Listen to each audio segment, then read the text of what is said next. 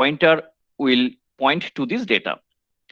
Now here, in addition to this pointer, that is in addition to the address of this data, I will also keep here the hash value. So if I consider here the hash value of this data as well as the address of this data location, then this is called hash pointer. So therefore, based on this hash pointer, I can create this kind of data structure. It's very similar to linked list, but instead of only pointer, we can create here hash pointer. So what is happening here? I'm getting some sound. Okay. So now what is hash pointer? Here you can find that first I have created, suppose this is the first block, and first block in the blockchain is called Genesis block. So if I consider that this is not here, suppose you consider that this pointer is not here. So if this is the first block, when I add a new block, what I'll do, the hash pointer of this block should be stored here. It means that I will store here the hash of this block as well as the pointer of this block. So therefore, I have hash pointer pointing to this block. Similarly, whenever I add this block, I will add a hash pointer for the previous block. And here I have the hash value of this block as well as the pointer of this block. And then this is the root hash pointer. Now, what is the benefit? That instead of pointer, I am considering here hash pointer. The benefit here is that it will give you tamper evident log. What will happen? Suppose the blockchain copy, this is the blockchain copy that you have with you. And if any attacker wants to modify any data in the blockchain, what will happen? Suppose attacker tries to modify this data. So if attacker tries to modify this data, what will happen? The corresponding hash value of this block will be changed. So if the hash value of this block is going to be changed, then that will affect the hash pointer here. It means the hash pointer here will become invalid. Right? So it means that it will affect the hash pointer here. So new hash pointer will be created here. So whenever this hash pointer is going to be changed, so the hash value of this block also going to be changed. So when the hash value of this block is going to be changed, then the hash pointer also is going to be changed because it depends on the hash value of the previous block. So again, if this hash pointer is going to be changed, then the root hash pointer also will be affected. So it means that if you try to modify any portion of the data in the blockchain, then all the hash pointers following this position in the blockchain will become invalid. So therefore, attacker cannot modify any data inside blockchain. Clear? So that's why, although all of us in the network will have this blockchain copy, but no one can modify any portion of this blockchain intentionally. If you want to do, your blockchain copy will become invalid. Now, yesterday I have already told that first you create transaction. So if I take Bitcoin as the case study, let's first think how these transactions will be constructed. Let's go through this thing. Now, suppose how we can store all this transaction information in blockchain. Okay, so as you know, if this is a blockchain, here you will have all this transaction information. Now, how we can store all this transaction information so that anyone can verify whether a new transaction is valid or wrong with respect to existing blockchain. What will happen if I suppose that first 25 Bitcoin has been created for Alice. So no need to think about how it has been created, but just assume that somehow this 25 Bitcoin has been created for Alice. Now, suppose Alice wants to transfer this out of this 25 Bitcoin, Alice wants to transfer 17 Bitcoin to Bob. So now Alice can create another transaction where Alice can mention that I want to transfer 17 Bitcoin to Bob, and then Alice will sign that. It is very similar to, that when you write some check, that you mention to whom you are sending the money, that is here Bob. You mention how much you want to transfer, and there you have to sign on the check. So here digital signature you have to provide. So now similarly Alice has provided, or Alice has created this transaction with her digital signature. So now since Alice has already signed, so you can understand now this 17 Bitcoin Bob is the owner of. Okay, Bob is owner of this 17 Bitcoin now. So therefore, next Bob can transfer 8 Bitcoins out of this 17 to Carol. And similarly, Bob will create this transaction and will sign. And then Carol is sending 5 Bitcoin to Alice. And it will be signed by Carol because this money is for Carol. So now from all this history, if you store all this history in this sequential manner, and suppose a new transaction is being created by Alice, where Alice has mentioned that she wants to transfer 15 Bitcoins to David. Now, and if Alice broadcast this transaction into the network, so any participant in the network, if they want to verify whether this transaction is correct or wrong, what they have to do? They have to search the whole blockchain history. The whole blockchain history sequentially. So practically it's quite inefficient.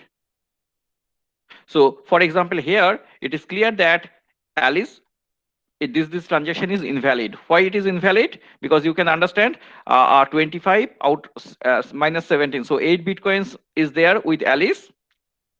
And then later 5 Bitcoins Alice got from Carol. So 5 plus 8, 13 Bitcoin Alice has, but Alice is transferring 15 Bitcoin. So of course this transaction is invalid. But how can you verify the validity? So of course you have to scan the whole previous blockchain history, transaction history. Okay, so therefore this is not efficient way to store Bitcoin transactions. So therefore we can move to a different data structure where every transactions will be divided into two parts. One part is called input, another part is called output. Okay, so and now okay, so for your exam, for your information, I would like to mention here. Yeah,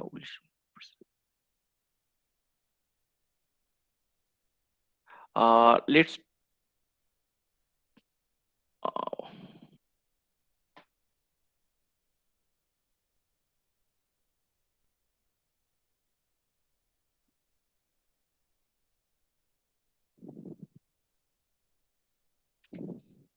Okay, this is the book that I am following actually in the slide. So, and this book is very popular book. So whatever slides, whatever content I am showing here, so most of the details I have got from this book. Okay, so you can also follow this book.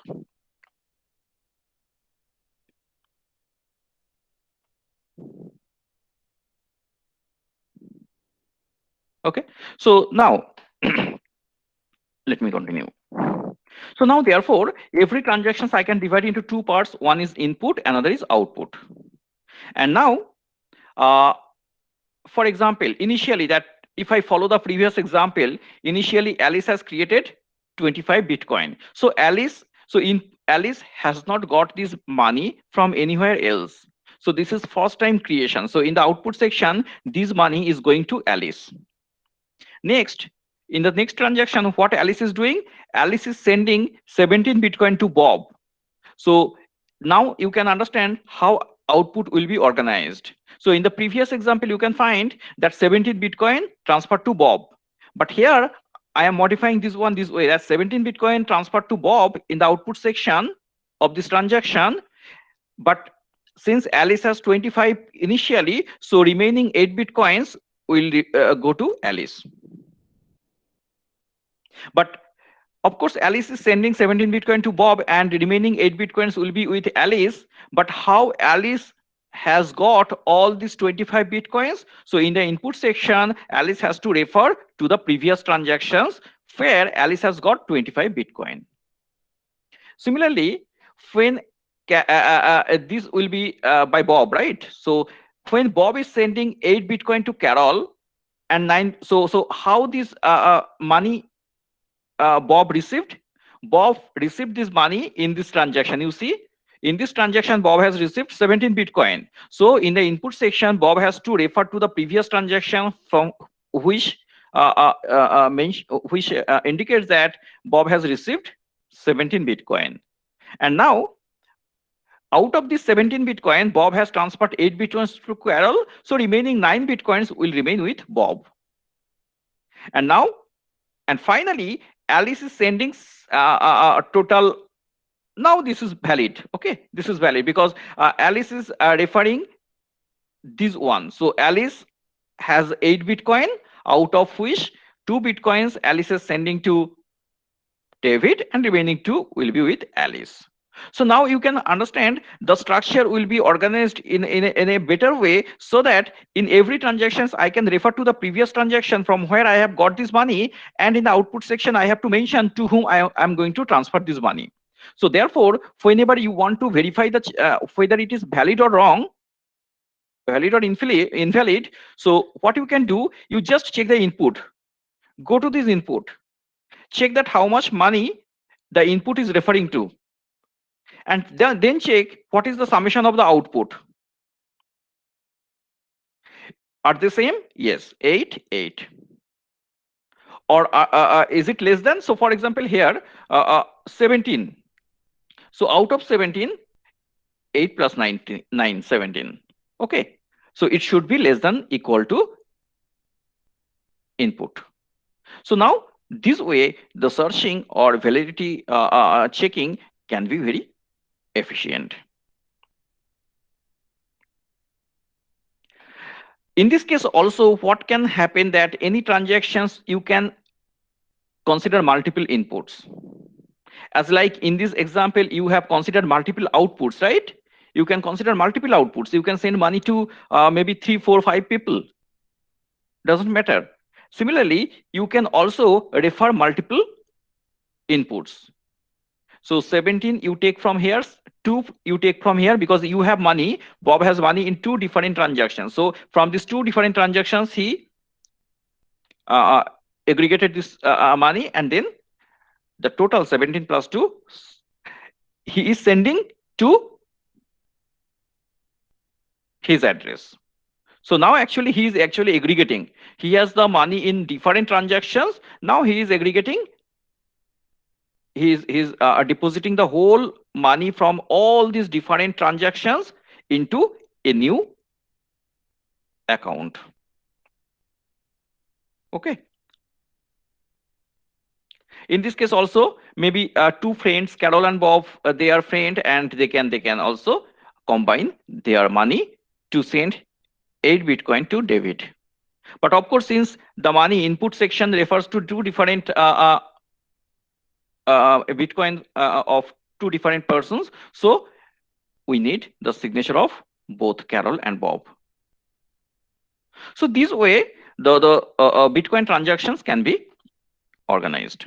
So therefore, we can see transactions like there could be multiple input, multiple output, multiple input, multiple output. Okay, and input should refer previous transaction. Input should refer previous transaction. Input should refer previous transaction. So now this one, from this transaction structure, I can understand that transaction structure will be of this form. So in any transaction, you have to mention, so you should have to provide your digital signature whenever, like check. You have so whenever you create a transaction, you have to sign here, of course. And now also you have to mention here how much money you are actually transferring, that you mentioned in the check. So here so here you are also mentioning how much money you are actually transferring. So one is that you have to provide your signature. The amount that you are actually transferring, you have to mention in the output section. So to whom you are sending, you have to mention also. Okay. So to whom you are actually sending the money, how much money you are sending, all these details you have to mention in your transaction. So now how much money you are sending, that is just any kind of real number maybe. But to whom you are sending, in case of traditional banking system, we use the bank account number. But in this case, to whom I am sending, that will be represented by hash of the public key of the recipient. So if I am sending money to my friend, I will use the hash of the public key of my friend. That is, so it will hide the real identity and it will use some kind of quite difficult so some kind of encoded version, and therefore privacy of the person should be preserved this way. Okay, anonymity can be ensured. But remember, since there is no bank, because this should be verified by bank, right? But in our crypto system, there is no bank. So therefore, there is no way to mention that, okay, this money should come from my account. So in case of traditional banking system, when you do write this check, so you don't have to mention input that from where you are getting that money, because obviously this check is associated with your account, right? And your account should have enough money. But since in our case there is no bank, so of course you have to also mention your input from where exactly you are getting this money. So that input should refer to the previous transaction. Now this is the actual transaction structure. So here you can find that I have input section, I have output section. Okay, so if you have this input section and output section, so what does it mean? Let's see. Suppose this is the new transactions that I have created. In these transactions, first I have to mention the hash. What is this hash? This hash represents the hash of this transaction, the whole transaction, the hash value of the whole transaction. This is version.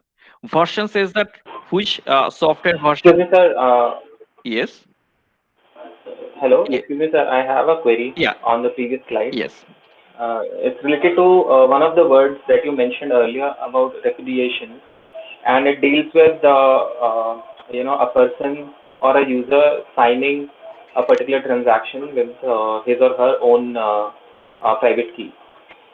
Right. Right. Alright. So my question is that is it possible for users to deal in a transaction on behalf of other users, as No. it happens in normal conventional banking systems, Yes. But wherein no. In this case, yeah, it won't be possible. It won't be possible. okay, Okay, so if the private key okay, is known only to the user, that user only will be able to create the transactions. No one else can be able to create transaction on behalf of others. So okay. this is the Thank you, sir. security That, ensured here. okay, And even it is, okay. of course, if you forget your private key, it would be very difficult to get back that money. That's right. That's sure, sir. Thank you, sir. Now here you can find that which version of the software I'm using to create this transaction. This is the how many inputs are there in this transaction. So as I told that there can be multiple inputs from where you are actually taking this money, referring to this money comes from. So here you can have multiple inputs, right? So how many inputs in this transaction? Two inputs. How many outputs? One output. That means you are transferring to only single person. Lock time, I would not tell it because of interest of time, but if you read that book, you can find what is lock time. Okay. Uh, I can mention only something, just one line, that lock time is, it mentions certain time, that before that time, these transactions will not take place in blockchain. After this time, that transaction will take place in the blockchain. So if you mention lock time maybe 1 hour, no miner will consider this one for 1 hour. After that, this transaction will be considered by the miner to be placed into the blockchain. Size, what is the size of this transaction? Okay, since I have mentioned here input is 2, so I have 2 inputs. Now this is one input and this is another input. Okay, so you can find, so if I consider that this kind of situation, maybe this kind of situation, that Bob taking this money from 2 different transactions. So this transaction has 2 different inputs, but there is single output. But single output, although Bob is transferring the money to his own address, but if I consider that, okay, Bob is sending this money to his friend, maybe Alice. So in this case, what will happen? You see that Bob will mention that from where exactly he is getting this money. So this hash value refers to the previous transactions from where Bob has got this money. And this is another so since 2 inputs, this is another hash value of another previous transactions from where Bob has got this money. And in both of the cases, Bob has to provide his signature. Okay, so this way Bob can mention 2 different inputs from where he is getting the money. And in the output section, Bob can mention that I want to transfer 10 point that Bitcoin to my friend. So to my friend, this is the address of Bob's friend. And this address is nothing but hash of the public key. Okay, and others are just something of code that will I'll tell you in a while. Okay, what the meaning of opdupe, ophash. So these are the opcodes in the Bitcoin scripting language. Op equivalent verify, op check sig. So these are the opcodes. But here Bob has to mention the address to whom he is transferring this money. Now you can understand. So from here, this is the structure, and okay, so let me give one example. Suppose this is the transaction. Don't look at the actual value because I have just copied. That's why maybe the actual value of this hash may be same, but don't consider that. Just assume that some random value or some other value will be there. Huh? Okay, suppose this is the transaction that already in the blockchain. Okay, so in the network, everyone has blockchain copy. Therefore, everyone has this transaction information in the blockchain. And in this transaction information, it is mentioned that here this is the signature of Alice, because this money actually Alice is sending money to Bob. So these are the signature of Alice, and these are the previous transaction from where Alice has got the money. Previous transaction from where Alice has got the money. And this is the output section where Alice has mentioned that I want to transfer 10 point this Bitcoin to Bob. So recipient is Bob. So here is the address of Bob. So this way Alice has created one transaction, and and this transaction has been placed into the blockchain by miner. Okay, and so everyone has this copy of this transaction in the blockchain. Suppose a new transaction is being created by Bob now, just now, and here Bob wants to transfer some money to Carol. So now what Bob will do? Bob will mention the in the input section that the previous transaction from where Bob is getting this money. So Bob will refer this hash as this hash. Okay, although the value is actually different. Okay, actually I have copied the same just to illustrate, but think that okay, this hash value is just referring to this hash value, so that in the input section Bob is mentioning that please refer to the previous transaction and its output section where some money has been given to Bob. What is n? N is the index, because in the output there could be multiple output section, right? Multiple outputs. One value can be given to friend 1, another value can be given to friend 2, another can be given to friend 3. So there can be multiple output. So n, if n is 1, so first output. N is 0 means, sorry, n is 0 means first output. N is 1 means second output it is referring to. Okay, so in the input section Bob will mention that which transaction it is referring to, previous transaction, and in the output if there are multiple outputs, so which output exactly the index of that output Bob has to mention. So now here you can find this hash value refers to this one and this index refers to this one. So now it is clear that it is talking about this money that has been given to Bob, and Bob will sign here. And in output section Bob will mention that I want to transfer this money to Carol. Here is the address of Carol. Okay, so now if this transaction is being created by Bob just now and Bob has broadcasted this transaction in the network, suppose you have received this transaction and this copy of the transaction you already have in your blockchain.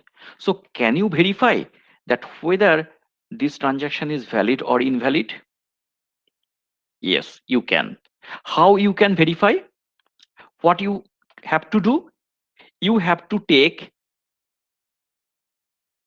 these two, that means this portion, this scripting part, Bitcoin script. Okay, and you have to take this one where Bob has given his signature. Just take this two part. It is very clear that Bob has mentioned previous transaction address and the index of the output. So from there you take this part, and here Bob has given the signature. Also take this one. Now you can understand. So here it is mentioned Bob's is the recipient, so hash of the Bob public key, right?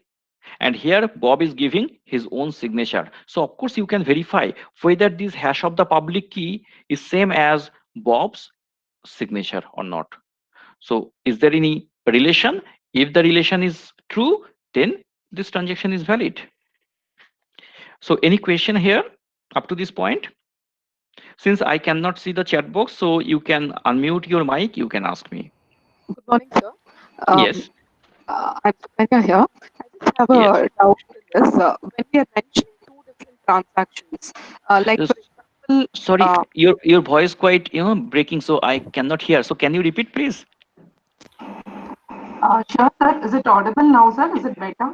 Yeah, it's better. Yeah, audible. Yeah, sir. When Bob is mentioning two different transactions, it has two different hash values. So is it like he has to put his digital signature twice in it, sir?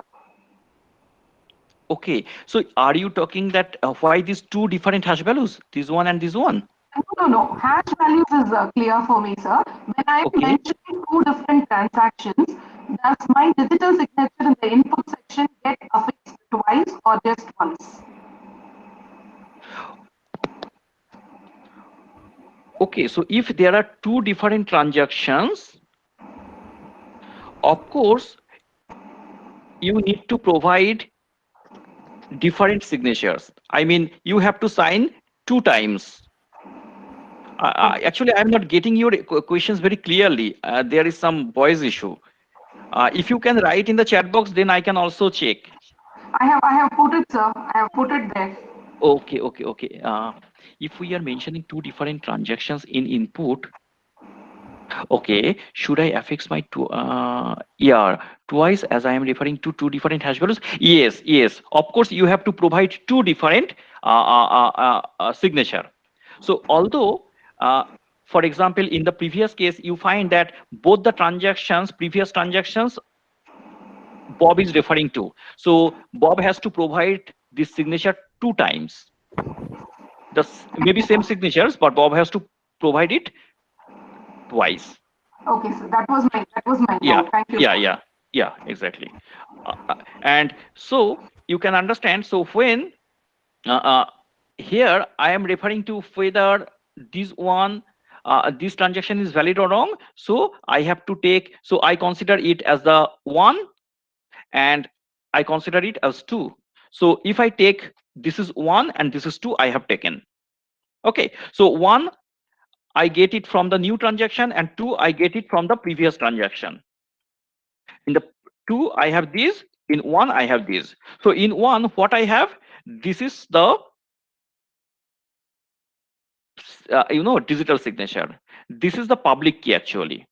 This is the digital signature public key. So here Bob has to provide the digital signature as well as the public key. Digital signature as well as the public key to be given by the Alice. So in every input section. So now if I have all this information, just put them in sequence.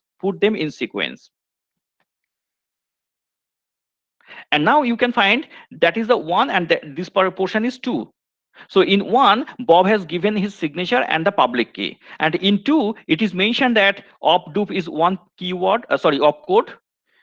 Of hash 160 is another opcode. This is the recipient address that has been mentioned here. It means hash of the Bob's public key. Hash of Bob public key. And these are the other opcodes. Now let's see whether it is correct or wrong. So I have to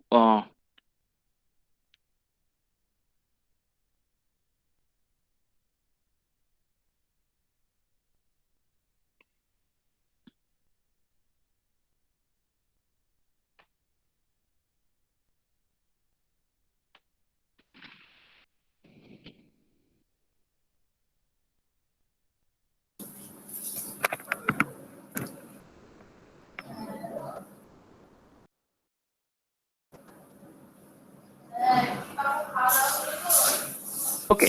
So after I have these details, let's see how we can verify.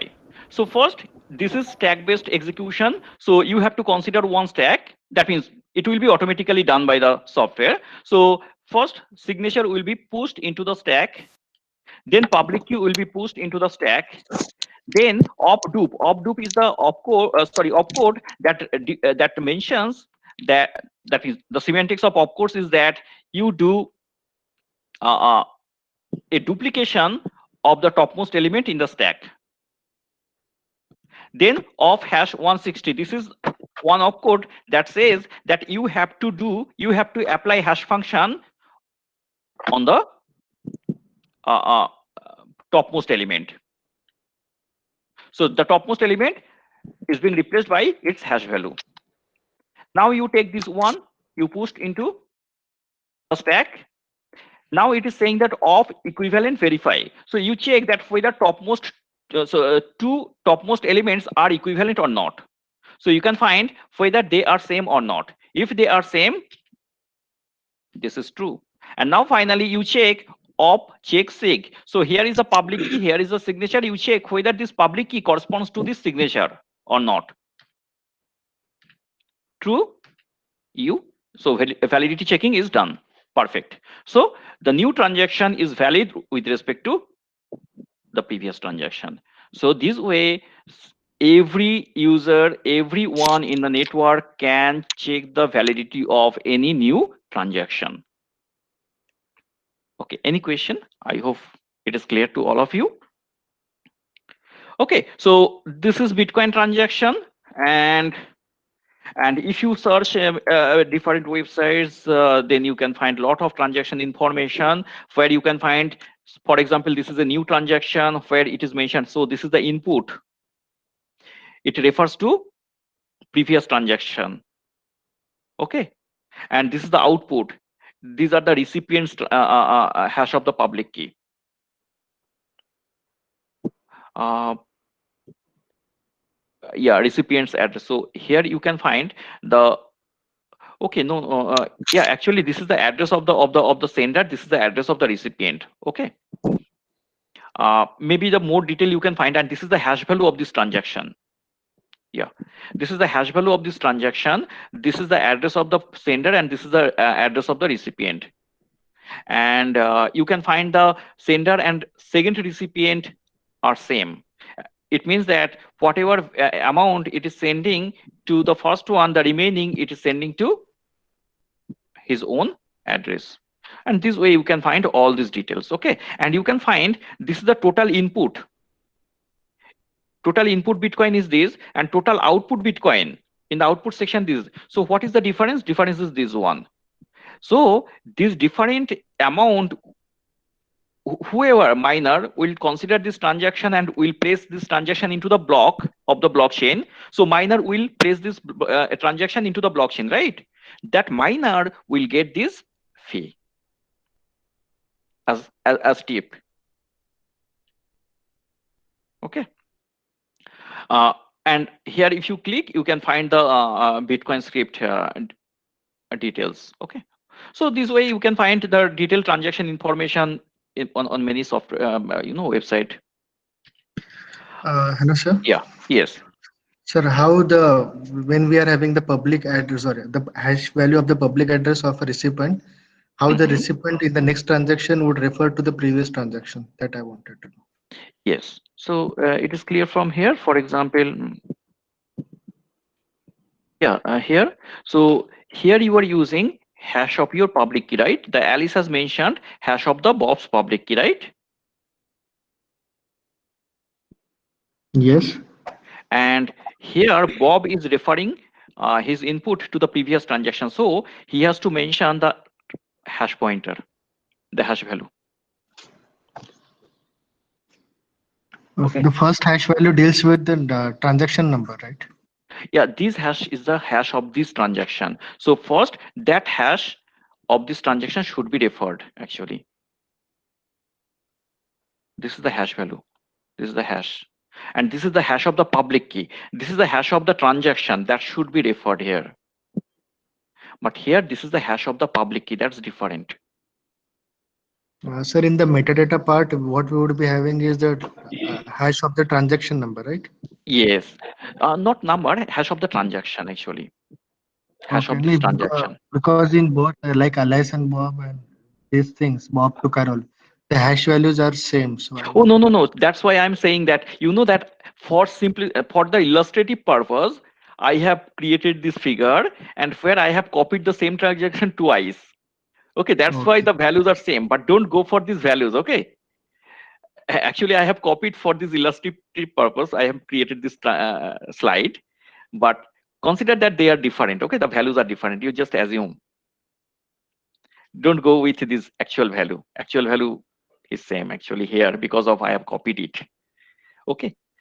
But in reality, it should be actually different. This hash will appear actually here. Sure. So actually, yes. I wanted to know that the first, for example, LS transaction, exactly, the hash value is starting from 5A42. Right. So that should be here. Yeah. In Bob to Carol, where it would be reflected. Yes. You are right. Completely right. So whenever I get time, I will change it to this one. Okay. Yeah. Yes, sir. So right. I just wanted to know the metadata part of LS to Bob consists of 5A42. Yes. And that where it would be reflected in Bob to Carol scenario? Yeah, here. Actually, here it should be. So this value should come here actually. And this should be a different value. Because this is the hash of this new transaction. This should be completely different value. But this value should appear here. Okay. And by this, we are meaning that the output of this transaction is being used. And this has been transferred to the public IP. Exactly. The the output will be used as the input in this section, right? Okay, and the script SIG is telling that this is the 30440 is a person who is having that particular amount. Exactly. Yeah, this script of which one you were saying? Yes, sir. 3B The signed by Bob. signed by Bob. Okay, so this is the signature, digital signature of Bob. No, this is, yeah, this is the digital signature of Bob. Sir, but is this thing telling that the output hash value that we are having, or the for Yes, example the transaction that we are having, we are referring to might be in Bob to Carol situation like 3B4A. So this particular transaction is now having a person like named to be Bob who is having that particular amount. exactly, exactly. That's why this money belongs to Bob actually. So that's why Bob has to sign here. Exactly, exactly. No one else can sign here. Then that will not match actually. So who is having the final amount that is going to be referred by? He has to sign here. He is the owner of that money. Okay, so previous transaction number accord and his sign will Yeah, say that this is the input which belongs to Bob and hence he can proceed the transaction. exactly, exactly, exactly. You are right, completely right. Exactly. That's why Bob's Okay, sir. signature should be here. Yes, thank you, sir.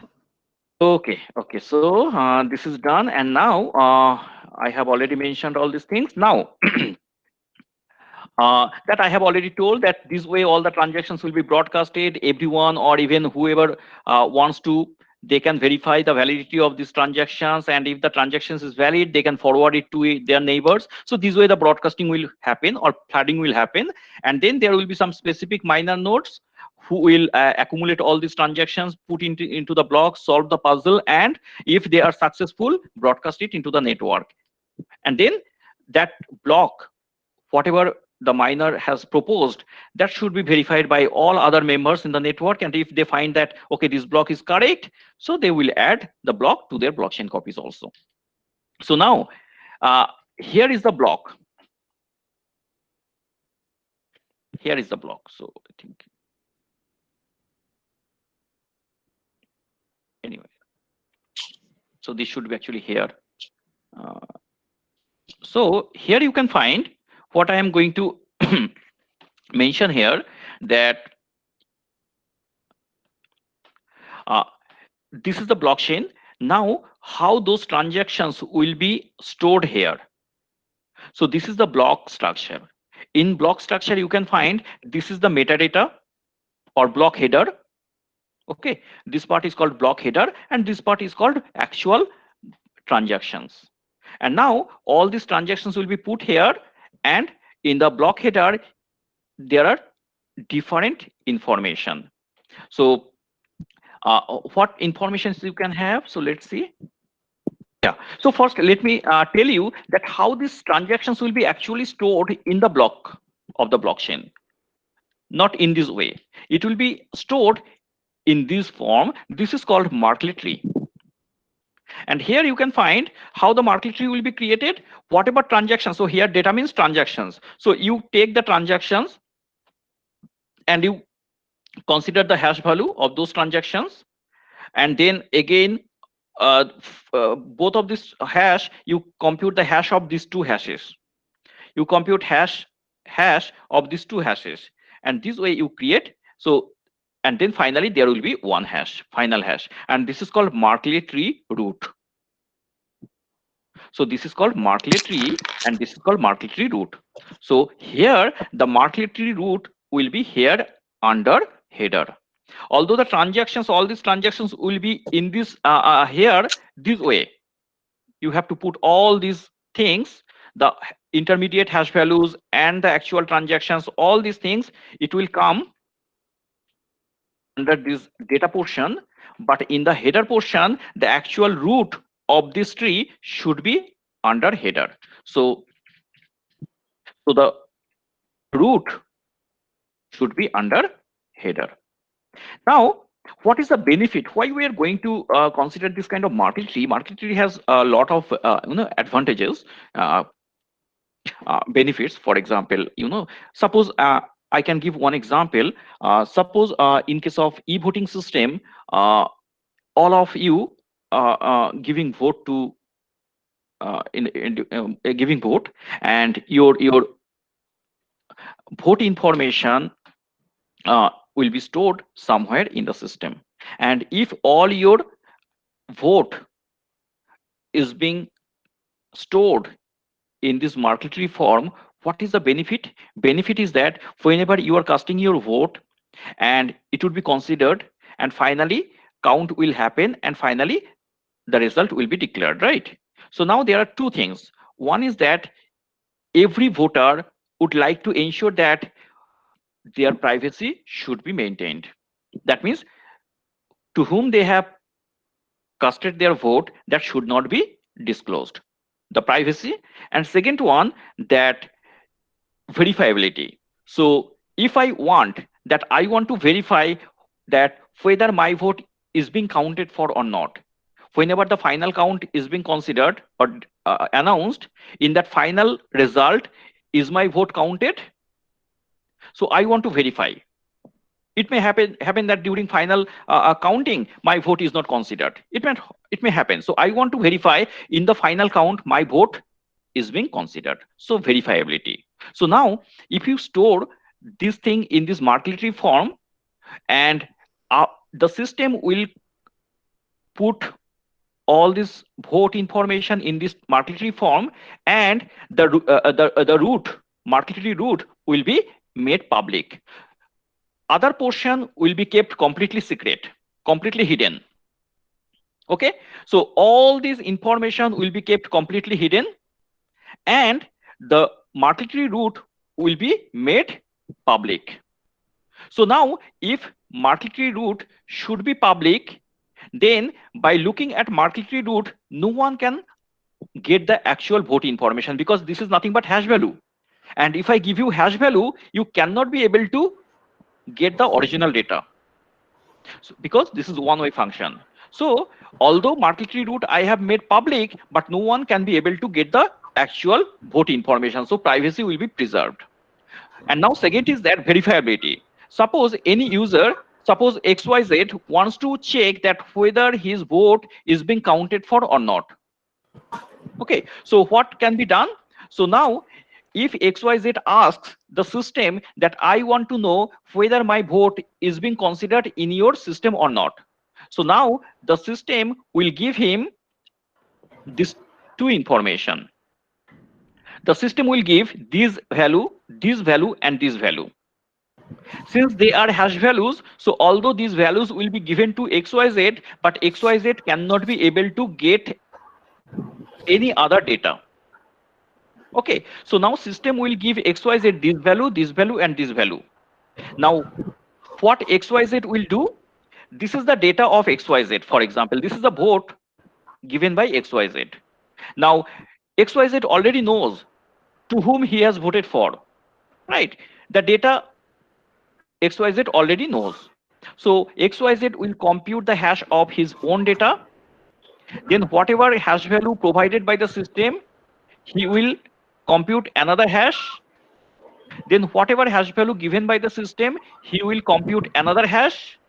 Then whatever hash value given by the system, by considering all them, he will compute the final hash. And since final hash, he will check that whether this final hash is same as marketry root or not, because marketry root is already made public. So now the XYZ will check whatever final hash he has computed, is it same as marketry hash, marketry root? If yes, then he can understand his data is there in the system and it is considered. So you can understand, without revealing any other data, you can easily verify that your data is in the system. So those are the benefits, and it can be verified into in the order of login time. Okay, so now so this way all these transactions will be stored. Now once these after this the miner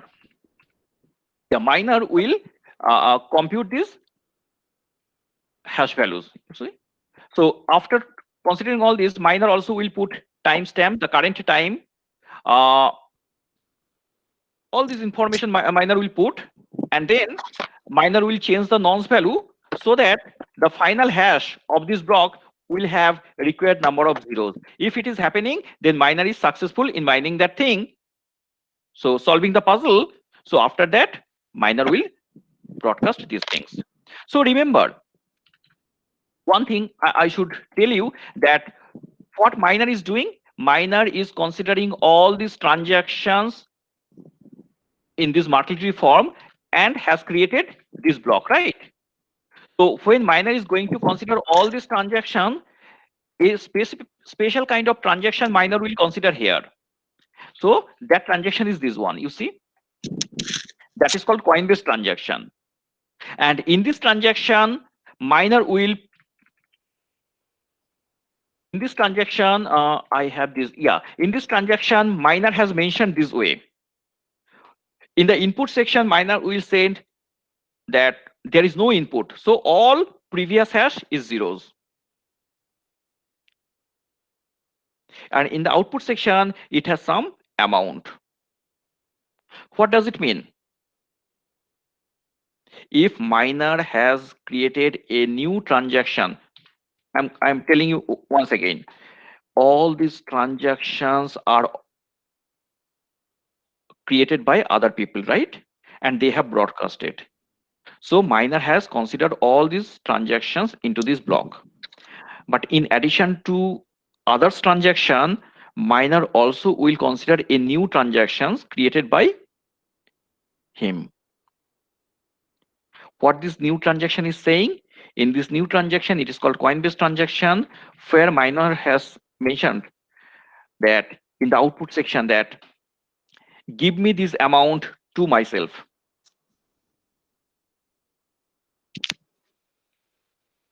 And input section is empty, because every transaction should have input from where the money is being coming and to whom the money is being given. So now if the input section is made all zeros, so actually it is not referring to any input. And in the output section, miner has mentioned give me this amount to me, to my address. So it means that this is the money that has been newly created. No input is being referred to, but this is the money newly created, and this money is nothing but the reward. So if miner is successful in mining that block, so miner will get this reward. And currently this amount is 6.25 Bitcoin. Okay, every 4 years it is going to be half. So after 2 years, again it will become 6.25 divided by 2. And this is the amount that miner has collected from all other transactions. As I told, in all other transactions, there can be some kind of transaction fee. So all this accumulated transaction fee is these things. And this way, miner can claim some amount in the Coinbase transaction. And since there is no input for this money, so this is newly created Bitcoin. Yes, yes.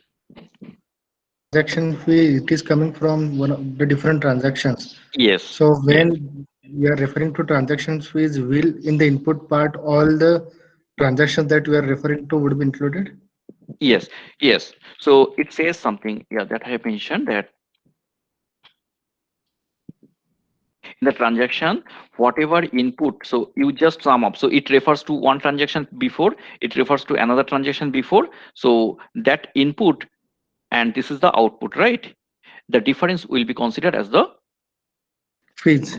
fee, transaction fee. Yes, sir. But when I'm creating a Coinbase transaction, Mhm. so whether the transactions that all the transactions like 1,000 transactions we are having, do we need to No, refer to all these 1,000 no, transactions no, no, in no, no. Coinbase? No. Coinbase transaction is very special kind of transaction that will be created by miner only. And sir, And the fee, yes, and the in fee this, value would be calculated. Sorry, no, you can continue. in this Coinbase transaction there is no input actually. In Okay. this Coinbase transaction there is no input. Okay, so the fee, transaction fee, okay, whatever transaction fee given by this transaction, the total amount will be mentioned here. Here. No input. In the Coinbase transaction, there is no input. This is a new Okay. transaction created by miner. So Yes, sir. this summation is nothing but the transaction fees from other transactions. Sir, does it mean that the miner would have to manually add these Exactly. transaction fees Exactly. together? Yes. Miner has And to. Yes. So in all the transactions that miner is considering, miner will add all the transactions fees, and then that amount will be put here. okay, so he will add transaction fees manually plus Exactly. the block reward, which is like currently Exactly. going up like 6.25 Exactly. BTC. Exactly. Exactly. And because we do not have any previous values, we are referring to the hash values to be zero. Exactly. Right. So this is the newly created amount. So of course, not manually, software will be there. Software. Yes, So yes, but your it is wallet will help you to create all these things wallet. Yes, yes. automatically. Yeah. Yeah. Right. Right. You're right. Okay. So this way, miner can create a new transaction that will be the Coinbase transaction, and that will give you the reward to the miner, and then this is the money created. This way the Bitcoin is being created in the network. And the mining part, I'm skipping this mining part. Actually, the how the detailed mining will happen, that Professor Singh will cover. Okay. Any question Sir, apart from my sorry mind? to sir, Yes. sorry to interrupt, Sukanya here. Sir, regarding that validity checking and the intermediate Hmm. hash values, um, there has been a question also in the chat box. I'm just voicing it again. The intermediate hash values are calculated. How with what do I check it, sir? Where are the intermediate hash values stored? In the Merkle tree, tree that we saw. In the Okay. header Okay. portion, Okay. I have the I overall hash understand. value for the entire block. But I understand. yeah, The thank you, sir. intermediate hash values, yeah, intermediate hash values, right? So here, okay, let me show you the actual block structure. Actually, this is very high level information. uh, I have this block information. Let's see.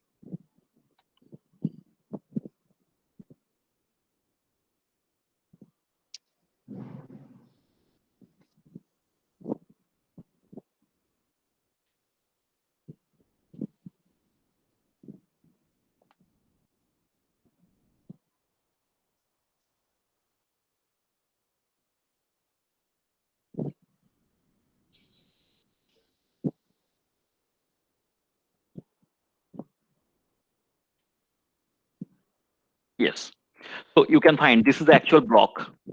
So you can find the actual transaction will be here, and the intermediate hash values will be here. Okay. And this is the Merkle tree, and the Merkle tree root will go under block Merkle tree root. Yeah, here under block header. So So along with the transaction data, we will have the intermediate hash values intermediate data, also. exactly. And Okay, you then. can have other informations like what is the total size of this transaction, how many transactions you have considered in this block, and this is the hash of this current block, and this is the software version that you have used, and this is the current timestamps. And as I told that your block should follow previous block, right? As like, yeah, your block should follow previous block. So there should be hash pointer to the previous block. So this is the previous block hash pointer. And as I told that your current hash of this current block. So this is the puzzle that whatever hash you compute for this current block, this hash should have required number of zeros at the beginning. So to ensure that, what you have to do, you have to change these nonce values. Hmm. And then finally you will get the required number of zeros, and then you are successful in solving this puzzle. So this will be done by the miner. And these bits, actually this is the difficulty level, how much difficult to get this required number of zeros. So if required number of zeros, if I say that no, you have to get 40 number of zeros, so your difficulty level will increase. If I say no, you have to find only 20 zeros at the beginning, so your difficulty level actually decreasing. So this information refers to how much difficult it is to compute the required number of zeros. So difficulty level actually will vary in the over time, because maybe okay, so it will vary because the difference between two blocks in the blockchain Bitcoin blockchain, I would say Bitcoin blockchain, the difference between time gap between two blocks should be 10 minutes. So if difficulty level is very low, then all people will propose their block immediately, and the time gap between two blocks will become less than 10 minutes. So to ensure that time gap should be on average 10 minutes, so difficulty level should be adjusted accordingly. Okay, that bit refers to. Thank you, sir. Okay. Thank you very much. Sir, one more thing. Yes. Sir, is the miner rewarding himself with the amount if the block Yes. gets Yes, gets exactly. confirmed in the network? Exactly, you are right. When I am doing mining, immediately before starting my mining process, I will consider the Coinbase transaction. I don't know whether I will be successful or not, but before starting, I will consider the Coinbase transaction, and then I will start the solving the puzzle. And then if I am successful, then of course I will be rewarded with that. Okay. Excuse me, sir. Yes, yes. How the fees is calculated? A transaction phase. Yeah. Okay, so there are some certain condition. You know that if your transaction size is more than some threshold, then you must have to pay a minimum charge. Okay. But if your transaction size is less than the threshold, it's optional. If you may or you may not Okay. give any transaction fee. Okay, this kind of criteria is there. Then- Or so it happens also, suppose it may happen that okay, you have not given any transaction fee because your transaction size is less than the threshold, but that's why miner are not interested to consider your transaction because there is no transaction fee. Okay. It may happen, but it is also this is the rule also, that as your transaction age will increase, that means your transaction is there in the system for a long time. So as the age of your transaction increases, the priority of considering your transaction by miner also will increase. So there is also priority concept. Okay, so these are the facts. Is there any provision to mention what will be the fee so that my transaction get executed faster? Okay. So the very simple thing is that you give more transaction fee. Okay. Then all miners will be attracted towards your transaction. Okay. But of course, you know that here is the question, that honesty. The default behavior is that don't go for more transaction fee. You consider if the transaction satisfies this policy, then you must consider. But if you ignore the transactions having less transaction fee and you always move towards transactions with more transaction fee, that is not the default behavior. But you know that since the ecosystem is very large, so there are certain number of miners who are really honest, and they will consider your transaction. But of course, the very simple thing is that you increase your transaction fee, then of course it will be considered immediately. Okay. Yes. Thank you. Sir, Sukanya here, one more doubt, sir. If, Sure. for example, is there a possibility that a transaction goes unregistered in any of the blocks? No, Because unregistered means miners it is only not take it. yeah, that means you are saying it is not getting placed into the blockchain forever, Yes. right? Yes. No, it is not possible. It is not possible. Yes, for certain amount of time it may happen, but it may not happen for forever. So for example, maybe whenever you have made one transaction, you have created one transaction, and few miners do not like you. For example, I am miner and I do not like you. It may happen. Okay. So that's why I'm not considering your transaction. It may happen. Somehow I get to know that this is the transaction from this person. So I do not like that person. So I am not considering the transaction. It may happen for certain period of time, but for long period of time, it cannot happen. After certain time, there would be any miner in the world. We are talking about a public blockchain. So there must be a miner in the world who doesn't know you, and he will consider your transaction. So it never happens that your transaction will not be placed in blockchain. It may take some more time, but it will be placed eventually. Sir, then what happens to those transactions that goes unrecorded because it is not there in No. the chain? How do I refer it then? No. There is no transactions to be unrecorded forever. Okay. It may not happen.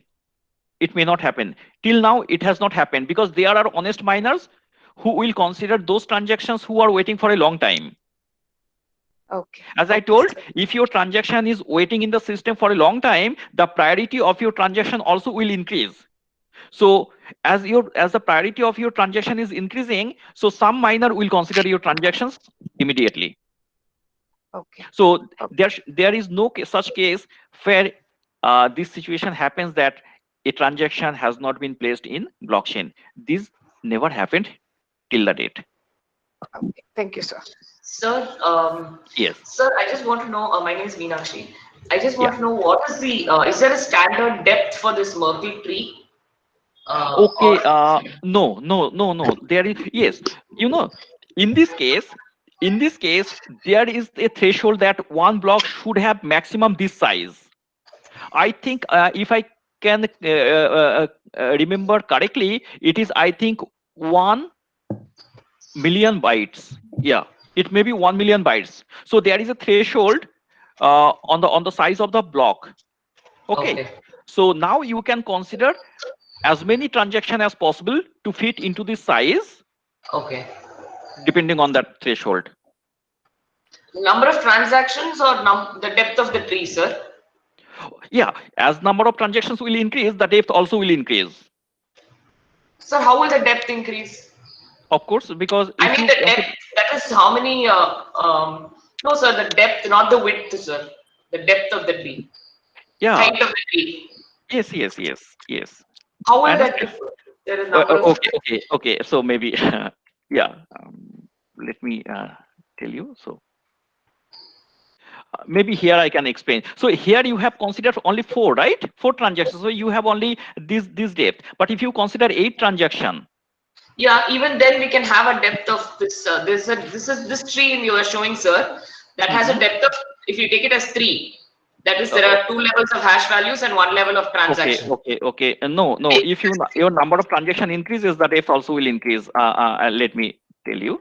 So this is 1, 2, 3, 4. Yeah. Okay. In this case, your depth will be these things. Yeah. And this is the root.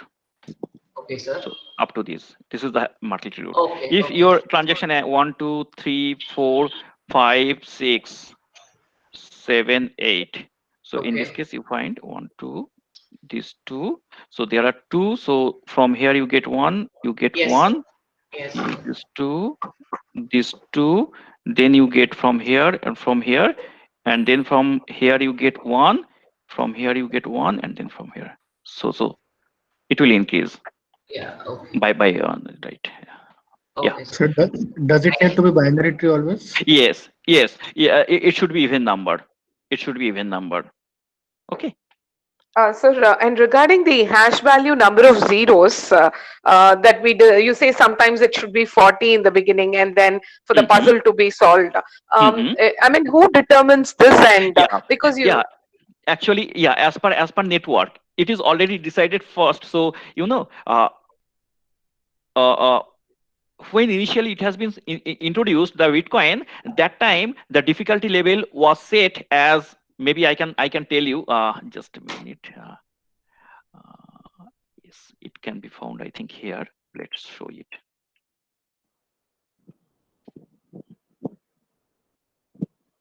Yeah. So when it was initially introduced, the minimum hash value that you have to obtain is this one. Okay. When the Bitcoin was introduced, and over time they are following one equation that maybe here. Let me show you one. Yeah. So that. So every 2 weeks, the difficulty level will be adjusted. So this is the equation that will be followed automatically. Okay, sir. So they will observe that for 2 weeks, that how many blocks have been added, and so if it observed that, okay, more number of blocks have been added, so the time for this number of blocks will be less, and automatically the difficulty level will increase, and it will give you how many zeros required. So automatically it will be adjusted every 2 weeks. Okay. And this hard-coded policy already introduced that time when Bitcoin was introduced. Okay, sir. And Thank every you, sir. software is maintaining that, whatever software you will use. Sir, excellent, sir. Yeah. You mean this policy is not altered at all by any external entity? It is encoded in the software itself.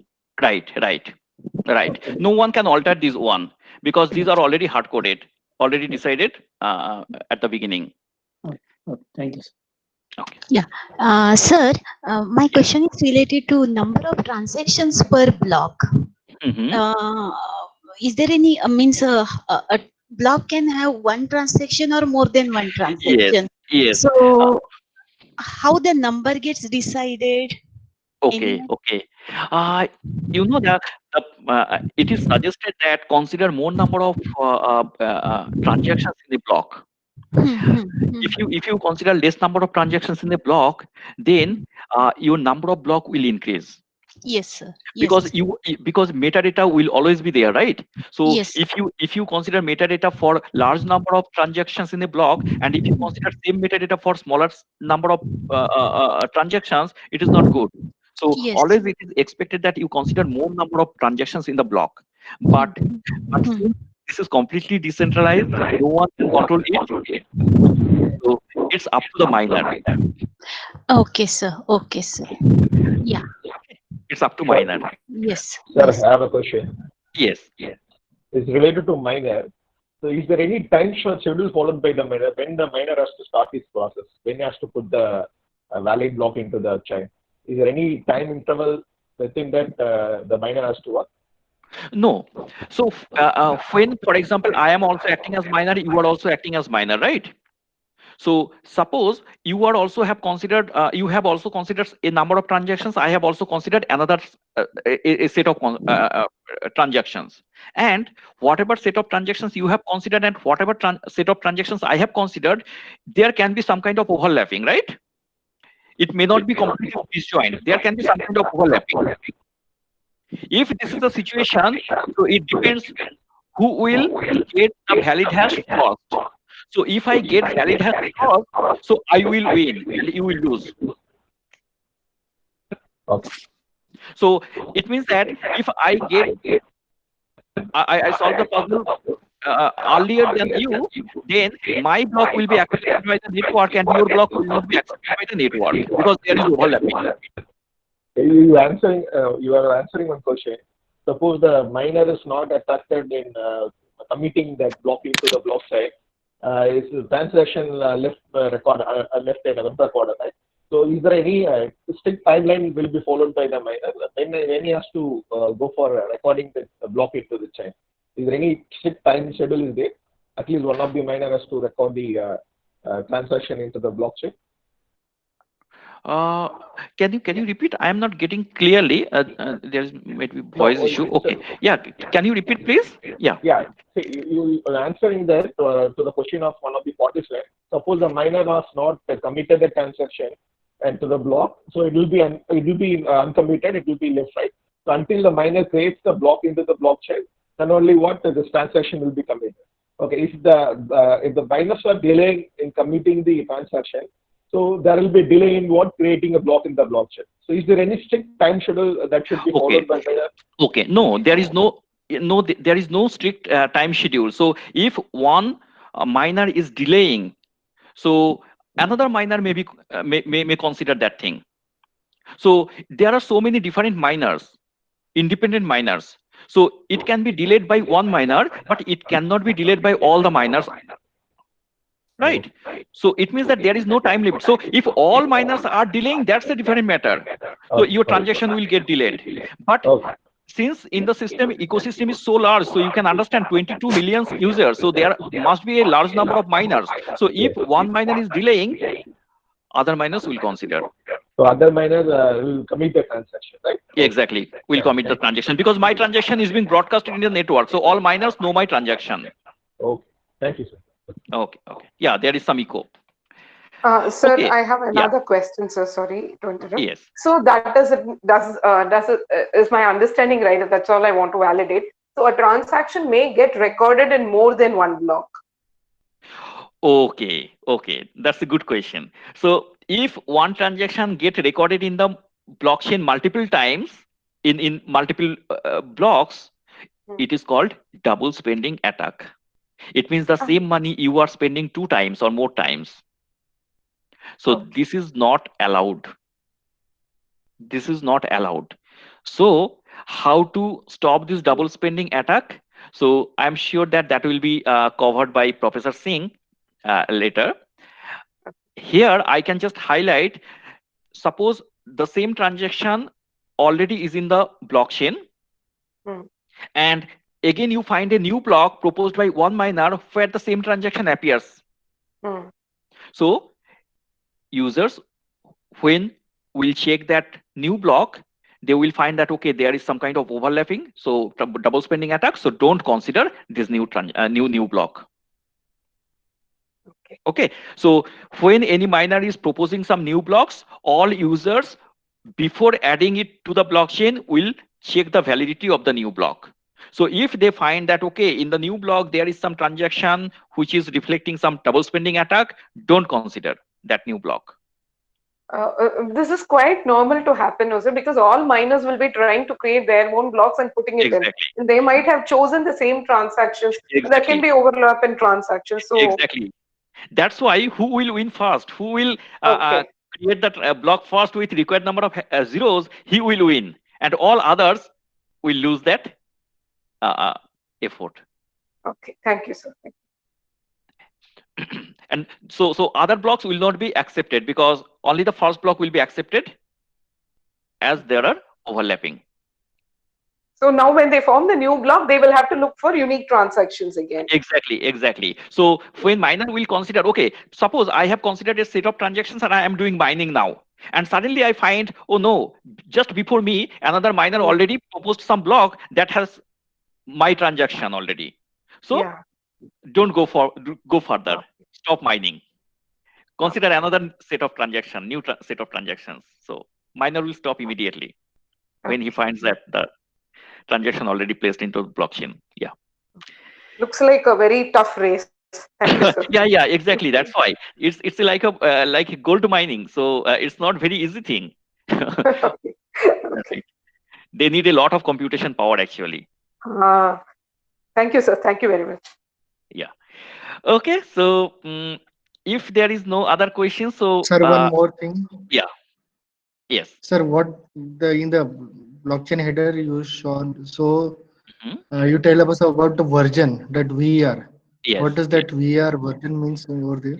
Yeah, actually, the software you are using some software, right? To Azure Wallet, or whenever you are doing some mining process, you are using some kind of software, right? That software version it is referring to. You understand? So whenever you make any kind of transaction, you have to use some kind of wallet software, as like Paytm wallet, you know. Similarly, a blockchain, Bitcoin wallet is there. Many wallet you can find. Ethereum, you can find many different. For example, you can find here. So this is one wallet, MetaMask. Okay. Okay. So you can find different wallets available. So now these wallets, so this software version, this means. Okay, sir. Okay. So now I think. Yes, Professor Singh. Hello. Yes, sir. Yes. So I think we have 10 minutes left. Maybe what do you suggest? Sir, I think so. The participants are also waiting for a tea break. Right. So maybe we can start 10 minutes before. That means I think 11:50. Yes, sir. No issue. Okay. Sure. Okay. Thank you. Okay. Thank you, sir. We will meet soon. Okay. So before the 10 minutes of the schedule. So 11:50. 11:50. Yeah. Yes. Right. Okay. Thank you, sir.